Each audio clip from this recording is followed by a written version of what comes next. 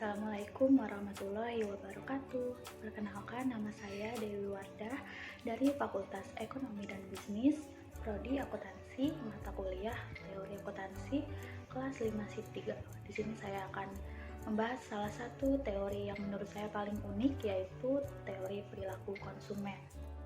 Saya memilih grand teori perilaku konsumen karena menurut saya teori ini sangat menarik.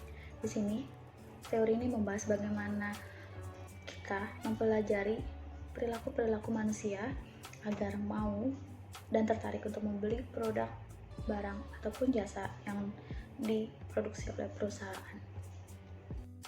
Secara definisi, teori perilaku konsumen adalah teori yang menjelaskan bagaimana perusahaan dapat mengetahui perilaku konsumen agar tertarik untuk membeli, memakai produk, barang, atau jasa yang diproduksi oleh suatu perusahaan. Teori konsumen dipengaruhi oleh beberapa faktor. Salah satunya adalah faktor sosial, faktor psikologi, faktor pribadi, dan faktor sosial budaya.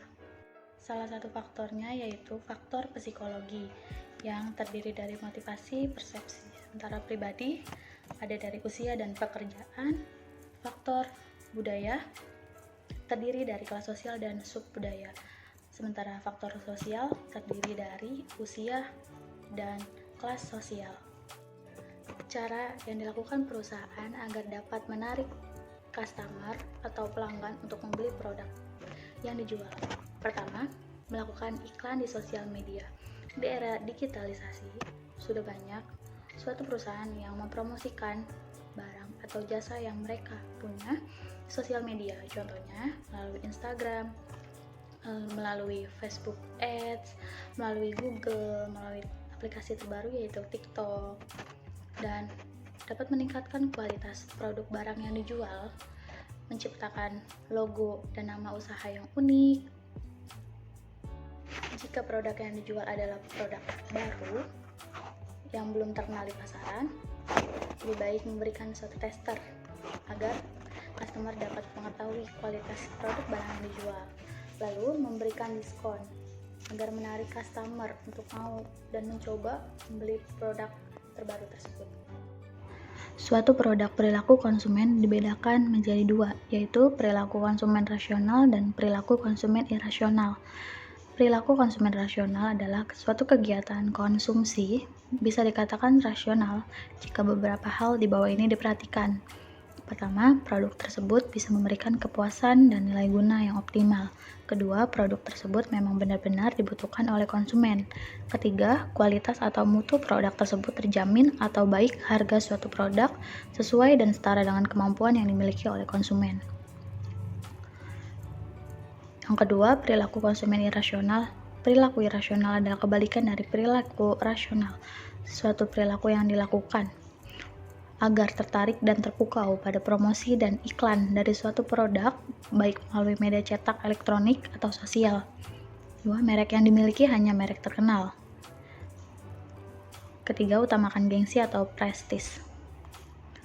Dua teori pendekatan perilaku konsumen, yaitu pendekatan kardinal dan pendekatan ordinal perilaku konsumen. Pendekatan marginal utility atau kardinal adalah kepuasan konsumen dari mengkonsumsi barang dapat dinyatakan secara kuantitatif, sehingga konsumen berusaha memaksimumkan kepuasannya. Yang kedua, pendekatan indifference curve atau ordinal, kepuasan konsumen dari mengkonsumsi barang tidak dapat dinyatakan secara kuantitatif, sehingga perilaku konsumen dalam memilih barang yang akan memaksimalkan kepuasan ditunjukkan dalam kurva kepuasan sama. Sasaran ini didasarkan pada 3 kelas perilaku konsumen, yaitu kontak produk, loyalitas merek, dan afeksi dan kognisi produk. Dua variabel kognitif lainnya, yaitu harapan pembelian atau pre-purchase expectation. Harapan pra-pembelian atau pre-purchase expectation adalah kepercayaan tentang kinerja suatu produk yang diperkirakan akan muncul. Yang kedua, ketidakcocokan atau disconfirmation atau ketidakcocokan adalah perbedaan antara harapan pra-pembelian dan persepsi pasca pembelian.